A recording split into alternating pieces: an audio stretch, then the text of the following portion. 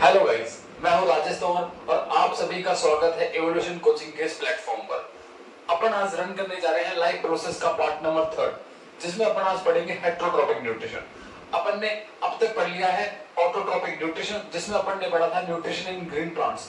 मैंने आपको बताया था कि फोटोसिंथेसिस क्या होती है।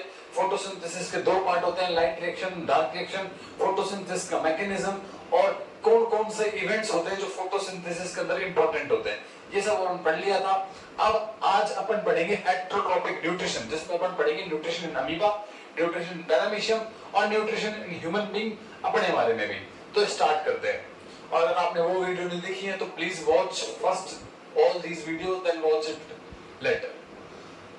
तो what is meant by heterotrophic nutrition, जो कि मैंने आपको पहले भी बता दिया था कि हेटेरोट्रॉपिक न्यूट्रिशन का मतलब ये होता है कि ऐसे ऑर्गेनिज्म जो किसी दूसरे पे डिपेंड होते हैं अपने खाने के लिए, उन ऑर्गेनिज्म को हेटेरोट्रॉप बोलते हैं। और इस प्रकार के न्यूट्रिशन को हेटेरोट्रॉपिक न्यूट्रिशन बोलते हैं। देखो, those organism which depend on another organism for their food and derive nutrition from them are called heterotrophs। उनको heterotrophs बोला जाता है और इस प्रकार के न्यूट्रिशन को हेटेरोट्रॉपिक न्यूट्रिशन बोलते हैं। मतलब ऐसे ऑर्गेनिज्म जो खुद अपना खाना नहीं बनाते, किसी और पे डिपेंडेंट है, प्लांट्स पे डिपेंडेंट होंगे या वेस्ट मटेरियल पे डिपेंडेंट होंगे, किसी भी चीज पे डिपेंडेंट होंगे, खुद अपना खाना नहीं बनाएंगे, उन्हें बोलेंगे हेटेरोट्रॉप्स।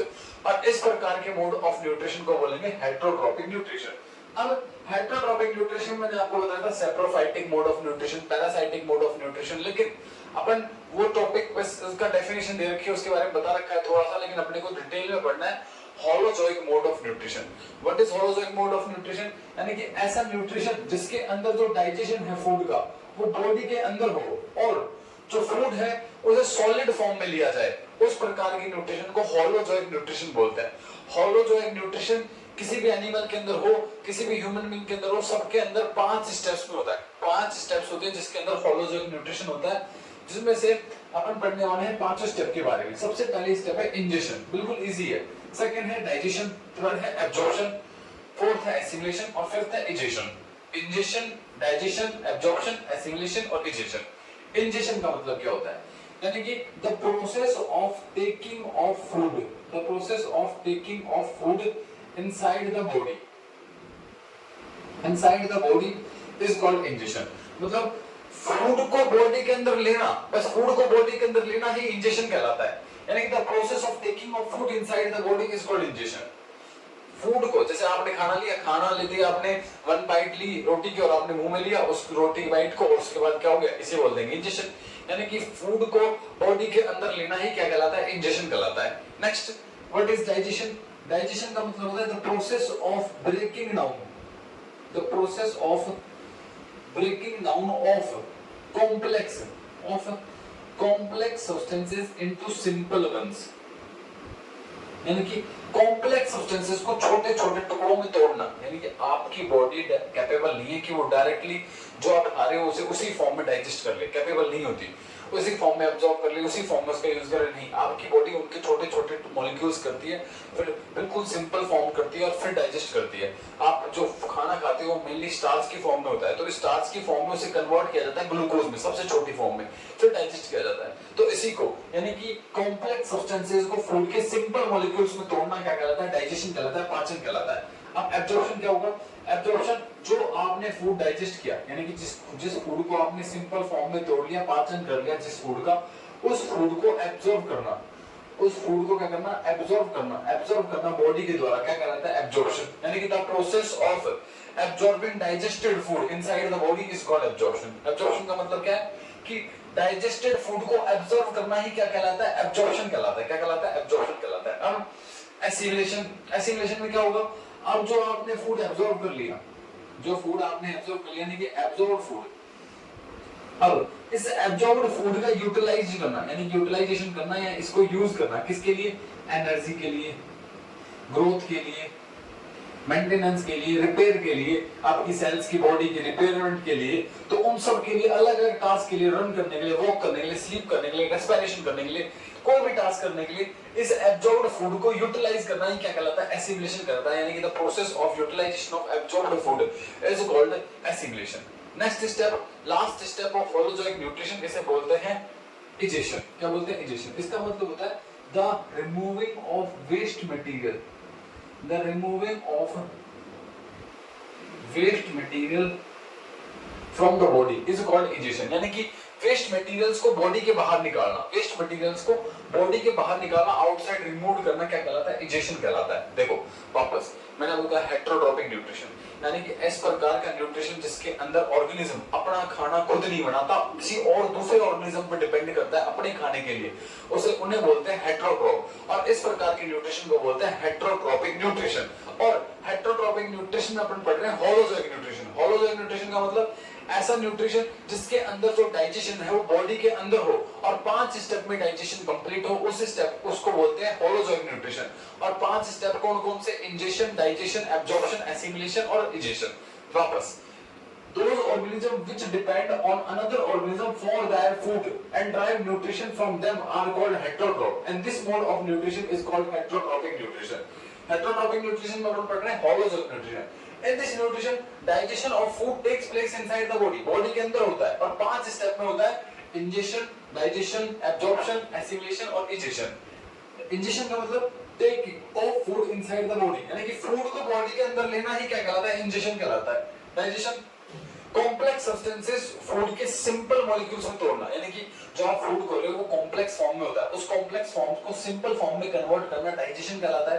एब्जॉर्प्शन, डाइजेस्टेड फूड को एब्जॉर्ब करना कहलाता है एब्जॉर्प्शन। एसिमिलेशन, एब्जॉर्ब्ड फूड का यूटिलाइजेशन करना एनर्जी ग्रोथ के लिए कहलाता है एसिमिलेशन। और इजेशन, इसी जब आप फूड खा ले तो सारा का सारा फूड यूज नहीं होता, उसमें कुछ अनडाइजेस्टेड फूड रहता है जिसका पाचन नहीं होता, वेस्ट मटेरियल रहता है, उसी वेस्ट मटेरियल को बॉडी से रिमूव करना कहलाता है इजेशन। ठीक है, इंग्लिश में बोल रहा हूं तो व्हाट इज इंजेशन? इंजेशन को इंग्लिश में कैसे बोलेंगे? The process of taking of food inside the body is called ingestion. Digestion, the process of breakdown of complex substances into simple form is called digestion. Absorption, the process of absorbing digested food is called absorption. Assimilation, the process of using absorbed food for growth, energy, etc. is called assimilation. Ejection, the process of removing undigested food from the body is called ejection. I think ये clear हो गया होगा। अब अपन पढ़ते हैं nutrition in amoeba. Amoeba के अंदर कैसे न्यूट्रिशन होता है?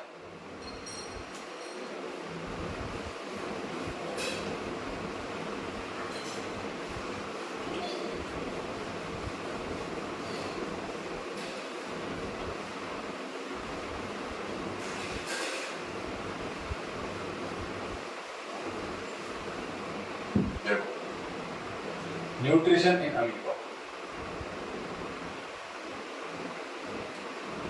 अमीबा के अंदर न्यूट्रिशन कैसे कंप्लीट होता है ये देखते हैं।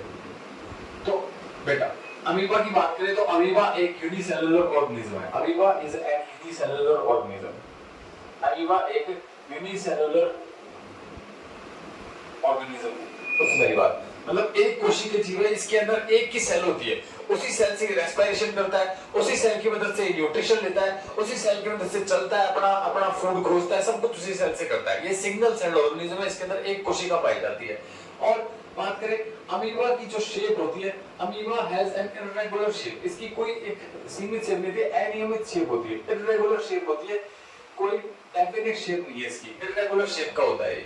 और इसके अंदर अमीबा के अंदर होलोजोइक मोड ऑफ न्यूट्रिशन पाया जाता है।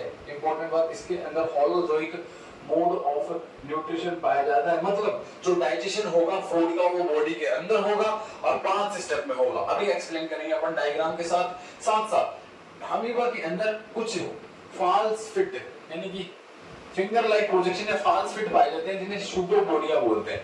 और इन्हीं सूडोपोडिया की मदद से अमीबा जो है फूड को निगलता है।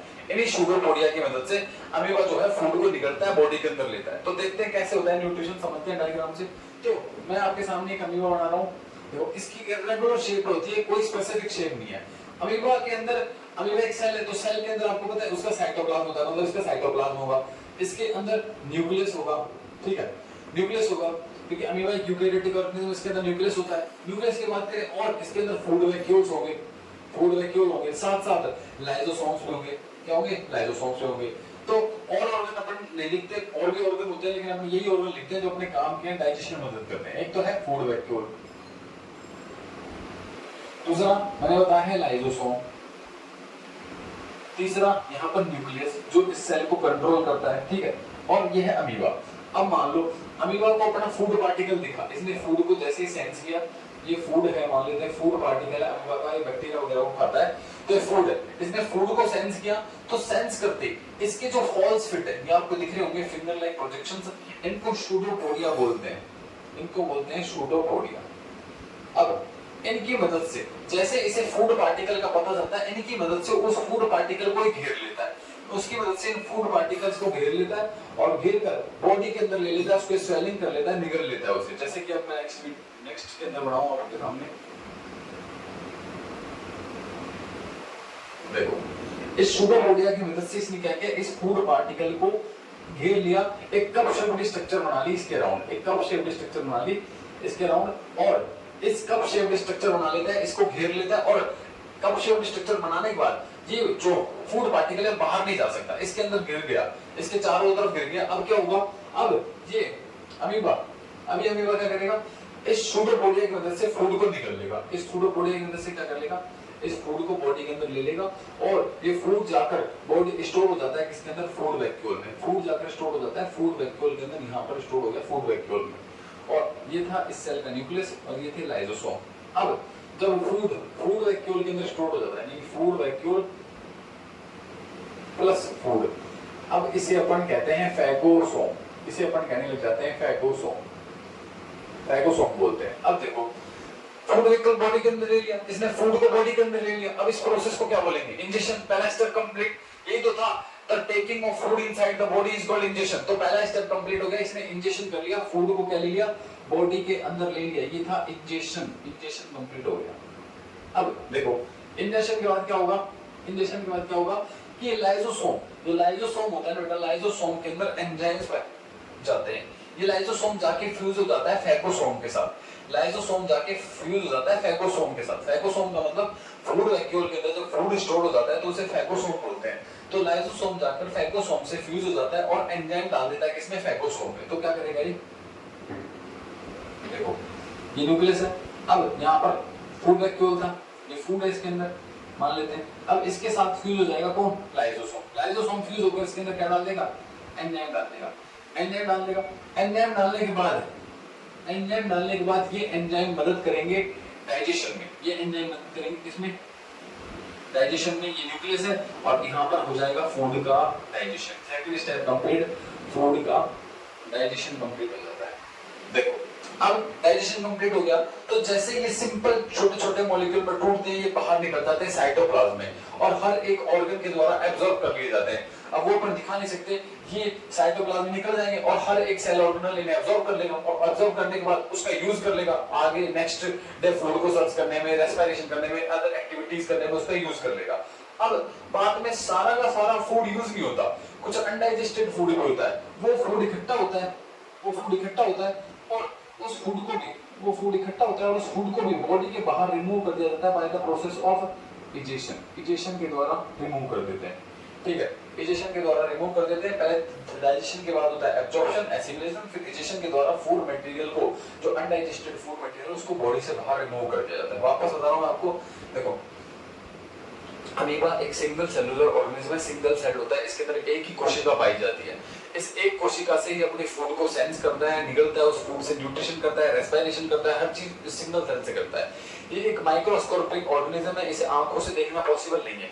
ये क्या होता है कि ये अमीबा जो है इसकी इरेगुलर शेप होती है, कोई डेफिनेट शेप नहीं है और अमीबा के अंदर होलोजोइक मोड ऑफ न्यूट्रिशन पाया जाता है। देखो अमीबा के अंदर ये जो फॉल्स फिट आपको दिखाई दे रहे हैं, इनको सूडोपोडिया बोलते हैं। इनकी वजह से अमीबा फूड को एनगल्फ करता है। जैसे अमीबा को फूड पार्टिकल दिखता है तो उसके अराउंड एक कप शेप्ड स्ट्रक्चर बना लेता है, उसको घेर लेता है और फिर इन्हीं सूडोपोडिया की मदद से उस फूड को निगल लेता है। इस प्रोसेस को बोलते हैं इंजेक्शन। ये फूड जाके स्टोर हो जाता है फूड वैक्यूल में और इसको बोलते हैं फैगोसोम। अब इस फैगोसोम के साथ आकर लाइसोसोम फ्यूज जाता है, चिपक जाता है और लाइसोसोम अपने एंजाइम डाल देता है फैगोसोम में और ये एंजाइम क्या करते हैं, डाइजेशन में मदद करते हैं, कॉम्प्लेक्स सब्सटेंस को छोटे छोटे मॉलिक्यूल में तोड़ देते हैं। अब ये छोटे मॉलिक्यूल फिर रिलीज हो जाते हैं किसमें, साइटोप्लाज्म में। किसमें रिलीज होता है, साइटोप्लाज्म में। और साइटोप्लाज्म में इनको एब्जॉर्ब कर लिया जाता है हर एक सेल ऑर्गेनल के द्वारा। फिर वो सेल ऑर्गेनल इन्हें यूज कर लेते हैं एनर्जी के लिए, अगले दिन की एक्टिविटी परफॉर्म करने के लिए, उस दिन की एक्टिविटी परफॉर्म करने के लिए। फिर बाद में सारा का सारा वे सारा का सारा फूड यूज नहीं होता, कुछ अनडाइजेस्टेड फूड भी होता है जिसका पाचन नहीं होता, वो फूड इकट्ठा होता है और उसे वापस से सूडोपोडिया की मदद से बाहर निकाल देते हैं और इस प्रोसेस को बोलते हैं इजेशन। ठीक है, आई थिंक आपको समझ में आ गया होगा कि न्यूट्रिशन इन अमीबा कैसे होता है। अब अपन नेक्स्ट पढ़ते हैं न्यूट्रिशन इन पैरामीशियम। पैरामीशियम के अंदर कैसे होता है, तो पैरामीशियम के अंदर भी सिमिलर है, सेम टू सेम इसी तरीके से होता है, उसके अंदर भी बस थोड़ा सा अंतर है, वो मैं आपको बताता हूँ।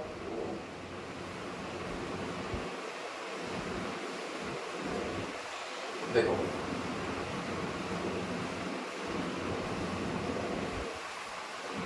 पैरामीशियम के अंदर कैसे होगा, देखो पैरामीशियम जो है ये खुद it is also an unicellular organism, ये खुद भी एक यूनिसेलुलर ऑर्गेनिज्म है, अमीबा की तरह ये भी सिंगल सेल्ड होता है, एक यूनिसेलुलर ऑर्गेनिज्म। दूसरा, इसके अंदर food is enveloped by a specific spore, इसके अंदर एक स्पेसिफिक स्पोर पाया जाता है, एक जगह होती है जिसको आप माउथ कैविटी बोल सकते हैं, इसका माउथ बोल सकते हो, वहां से ही फूड को क्या करता है, निकलता है, वहीं से फूड को निकलता है। नेक्स्ट थर्ड, इसकी बॉडी पे सीलिया पाए जाते हैं जो इसे क्या करते हैं, मूवमेंट करने में मदद करते हैं, सीलिया पाए जाते हैं। जैसे मैं इसकी स्ट्रक्चर आपके सामने बना तो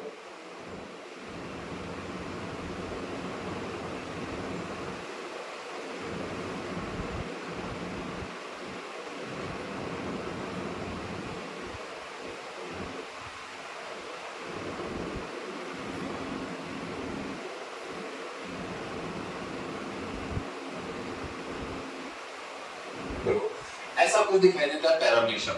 अब पैरामीशियम में यूनिसेलुलर होता है, लेकिन ये हर कहीं से फूड को एनवेलप नहीं कर सकता, लेकिन अमीबा उसकी पूरी बॉडी में सूडोपोडिया होता है, वहां से फूड को एनवेलप कर लेता है, लेकिन ये फूड को सिर्फ इस स्पेसिफिक स्पोर से एनवेलप करता है, जिसे आप इस पैरामीशियम का माउथ भी बोल सकते हो। अब मान लो फूड पार्टिकल जो है यहाँ है, तो ये क्या करता है, सीलिया की मदद से इस फूड पार्टिकल को ढकेल के यहाँ लेके आ जाता है और फिर यहाँ से एनवेलप कर लेता है बस। फिर उसके बाद similar same to same amoeba की तरह इसमें न्यूट्रिशन होता है, इसमें इंजेक्शन होगा, इंजेक्शन होने के बाद डाइजेशन होने के बाद एब्जॉर्प्शन, एसिमिलेशन और फिर लास्ट में फूड मटेरियल को बाहर निकाल दिया जाएगा, इजेशन। तो सेम होता है, बस इसमें स्पेसिफिक स्पॉट से ही फूड पार्टिकल को एनवेलप किया जाता है और उसकी बॉडी पर फिंगर लाइक प्रोजेक्शन पाए जाते हैं, जिन्हें सीलिया बोलते हैं। क्या बोलते हैं, सीलिया, जो इसको मूवमेंट में और फूड पार्टिकल को लेने में, एनवेलप करने में मदद करता है। ठीक है, अब अपन पढ़ते हैं इंटरेस्टिंग टॉपिक जिसका नाम है न्यूट्रिशन इन ह्यूमन बीइंग्स, जो काफी इंटरेस्टिंग है। अपने बारे में पढ़ना काफी इंटरेस्टिंग होता है कि हमारे अंदर कैसे न्यूट्रिशन होता है, हमारे अंदर फूड का डाइजेशन कैसे होता है। तो आप एक कॉम्प्लेक्स एनिमल्स हो, जो ह्यूमन बीइंग्स हैं वो एक कॉम्प्लेक्स एनिमल्स हैं, उनके अंदर डाइजेशन करने के लिए स्पेशल डाइजेस्टिव सिस्टम पाया जाता है। तो अपन पढ़ने वाले हैं न्यूट्रिशन इन ह्यूमन बीइंग्स। देखो ह्यूमन बीइंग्स जो है, अपन जो है ह्यूमन बीइंग्स जो है, ये क्या होते हैं, human beings are complex animals. अपन कॉम्प्लेक्स एनिमल्स हैं, अपने पास हर किसी के लिए देखो, डाइजेशन करने के लिए डाइजेस्टिव सिस्टम, रेस्पिरेशन करने के लिए रेस्पिरेटरी सिस्टम, ट्रांसपोर्टेशन करने के लिए ट्रांसपोर्टेशन सिस्टम, एक्सक्रीशन करने के लिए एक्सक्रीटरी सिस्टम, हर एक चीज के लिए एक सिस्टम है, इसीलिए सिस्टम है। ठीक है, हर एक चीज के लिए एक सिस्टम है, इसीलिए ह्यूमन बीइंग्स के अंदर भी न्यूट्रिशन के लिए क्या पाया जाता है, डाइजेस्टिव सिस्टम पाया जाता है। और जो ह्यूमन डाइजेस्टिव सिस्टम होता है, ह्यूमन डाइजेस्टिव सिस्टम, ये दो चीजों से मिलकर बना होता है बेटा। एक तो है एलिमेंट्री कैनाल, दूसरा है एलिमेंट्री कैनाल और दूसरा है एसेसरी ग्लैंड्स। कुछ एसेसरी ग्लैंड्स जो डाइजेशन में मदद करती है। देखो, human digestive system alimentary canal और एसेसरी ग्लैंड से मिलकर बना होता है। ठीक है, एलिमेंट्री कैनाल और एसेसरी ग्लैंड्स तो हैं जो डाइजेशन में मदद करती है, अपना सीक्रेशन देती है जो डाइजेशन में मदद करता है, और एलिमेंट्री कैनाल में कुछ ऑर्गन आते हैं जो डाइजेशन में मदद करते हैं। देखो, एलिमेंट्री कैनाल 7 ऑर्गन्स में डिवाइडेड होती है। एलिमेंट्री कैनाल 7 ऑर्गन में डिवाइडेड होती है। मैं आपको नाम बताऊं सारे के सारे ऑर्गन का। तो सबसे पहला ऑर्गन आता है माउथ, या माउथ कैविटी बोल दो आप इसे, माउथ या माउथ के अंदर माउथ कैविटी। सेकंड ऑर्गन आता है इसोफेगस। थर्ड ऑर्गन आता है स्टोमक। स्टोमक के बाद फोर्थ ऑर्गन की बात करें तो आता है स्मॉल इंटेस्टाइन। फिफ्थ ऑर्गन की बात करें तो आती है लार्ज इंटेस्टाइन। और सिक्स्थ ऑर्गन की बात करें तो रेक्टम। और सेवंथ ऑर्गन की बात करें तो एनस। तो ये 7 ऑर्गन मिलके एलिमेंट्री कैनाल को बनाते हैं। एलिमेंट्री कैनाल जो ह्यूमन डाइजेस्टिव सिस्टम है वो एलिमेंट्री कैनाल और एसेसरी ग्लैंड से बना होता है। एलिमेंट्री कैनाल 7 ऑर्गन में डिवाइडेड होती है, mouth, oesophagus, stomach, small intestine, large intestine, rectum और एनस। अब एसेसरी ग्लैंड्स की बात करें तो कुछ ग्लैंड्स भी होती हैं जो अपना सीक्रेशन देती हैं और डाइजेशन में मदद करती है। देखो कौन कौन सी ग्लैंड्स। पहली ग्लैंड में आपके सामने लिख रहा हूं सलाइवरी ग्लैंड, ये अपना सीक्रेशन देती है जो डाइजेशन में मदद करता है, सलाइवरी ग्लैंड हो गई। दूसरा गैस्ट्रिक ग्लैंड हो गई जो अपने सीक्रेशन में मदद करती है। थर्ड पैनक्रियाज हो गई जो अपने सीक्रेशन देती है और डाइजेशन में मदद करता है। और लास्ट ग्लैंड जिसका नाम है लीवर जो सीक्रेशन देती है और क्या करता है, इनके सीक्रेशन अपने को डाइजेशन में पाचन करने में मदद करते हैं। तो ये चीजें मिलके क्या बनाती है, ह्यूमन डाइजेस्टिव सिस्टम बनाती है, यानी कि सिस्टम को क्रिएट करती है ह्यूमन डाइजेस्टिव सिस्टम, यानी कि मानव पाचन तंत्र जो एलिमेंट्री कैनाल और एसेसरी ग्लैंड से बना होता है। अब आपके सामने डायग्राम बनाते हैं और डायग्राम के अंदर मैं इन सारे ऑर्गन्स को, ग्लैंड्स को लेबल करके दिखाता हूँ और फिर अपन पढ़ेंगे इनके बारे में, अलग अलग इनके बारे में पढ़ेंगे, सबके बारे में, इनका क्या फंक्शन है, क्या रोल होता है। ठीक है, तो डायग्राम बनाते हैं, देखते हैं। मैंने आपको बताया कि ह्यूमन डाइजेस्टिव सिस्टम 2 चीजों से मिलकर बना होता है, एलिमेंट्री कैनाल और एसेसरी ग्लैंड्स। तो वो ऑर्गन कहाँ पाए जाते हैं, कौन सा ऑर्गन कहाँ होता है, तो ये अपन देखते हैं बॉडी के अंदर ह्यूमन डाइजेस्टिव सिस्टम में। तो सबसे पहले बात करें तो सबसे पहले पाया जाता है माउथ, या आप इसे माउथ कैविटी बोल सकते हो, इसके बारे में पढ़ेंगे अपन, माउथ कैविटी। ठीक है, सबसे पहला ऑर्गन यहीं पर माउथ के अंदर बेटा पाई जाती है आपकी सबसे पहली ग्लैंड जिसका नाम है सलाइवरी ग्लैंड। सलाइवरी ग्लैंड सबसे पहली ग्लैंड माउथ के अंदर पाई जाती है और सबसे पहला ऑर्गन होता है एलिमेंट्री कैनाल का माउथ या माउथ कैविटी। उसके बाद माउथ या माउथ कैविटी आगे जाके खुलते एक पाइप में जिसे फूड पाइप भी बोला जाता है, इसका नाम है इसोफेगस। इसका नाम होता है इसोफेगस, यानी कि second organ of alimentary canal. ये इसोफेगस आगे जाके जे शेप्ड बैग लाइक स्ट्रक्चर में खुल जाता है जो कि थर्ड ऑर्गन है एलिमेंट्री कैनाल का, इसे बोलते हैं स्टोमक। इसे बोलते हैं स्टोमक। और स्टोमक की वॉल में बेटा सेकंड ग्लैंड पाई जाती है। स्टोमक की वॉल में ही सेकंड ग्लैंड पाई जाती है जिसका नाम है गैस्ट्रिक ग्लैंड, जिसका नाम होता है गैस्ट्रिक ग्लैंड। गैस्ट्रिक ग्लैंड जो कि स्टोमक के अंदर पाई जाती है, स्टोमक की वॉल्स में पाई जाती है। और ये सलाइवरी ग्लैंड जो कि किसमें पाई जाती है, माउथ में पाई जाती है। अब नेक्स्ट स्टोमक आगे जाके खुल जाता है pipe like structure, smaller pipe like structure जिन्हें बोलते हैं स्मॉल इंटेस्टाइन। इन्हें बोला जाता है स्मॉल इंटेस्टाइन, छोटी आंत, जो कि फोर्थ ऑर्गन है किसका, एलिमेंट्री कैनाल का। फिर ये स्मॉल इंटेस्टाइन आगे जाके जुड़ जाती है लार्ज इंटेस्टाइन से, और लार्ज इंटेस्टाइन यानी कि बड़ी आंत जो कि नेक्स्ट ऑर्गन है, फिफ्थ ऑर्गन है किसका, डाइजेस्टिव सिस्टम का। अब ये स्मॉल लार्ज इंटेस्टाइन आगे जाके खुलती है रेक्टम में, और रेक्टम जो कि सिक्स्थ ऑर्गन है एलिमेंट्री कैनाल का, और रेक्टम लास्ट में खुलता है एनस से, और एनस से बॉडी के बाहर फूड को, यानी कि अनडाइजेस्टेड फूड को रिमूव कर दिया जाता है। ये तो थे एलिमेंट्री कैनाल के ऑर्गन। अब इसके अंदर एलिमेंट्री कैनाल के ऑर्गन थे, इसी के अंदर पाई जाती है एसेसरी ग्लैंड। जो सबसे पहले एसेसरी ग्लैंड है सलाइवरी ग्लैंड जो कि माउथ के अंदर पाई जाती है।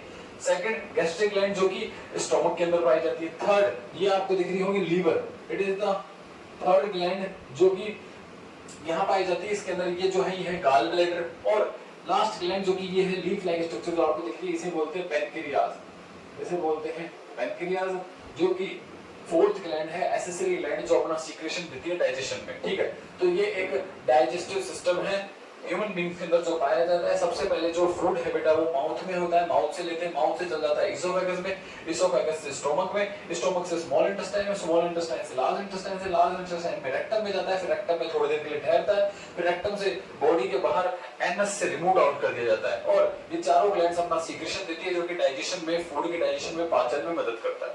अब अपन नेक्स्ट पढ़ते हैं कि इन सब ऑर्गन में कैसे डाइजेशन कंप्लीट होगा। इसके लिए मैं एक सेपरेट वीडियो बनाऊंगा। अभी आपने स्ट्रक्चर देख लिया ह्यूमन डाइजेस्टिव सिस्टम की, अपन देखेंगे कौन सा ऑर्गन कैसे परफॉर्म करता है, कैसे डाइजेशन होता है। Thank you very much, next video मिलते हैं।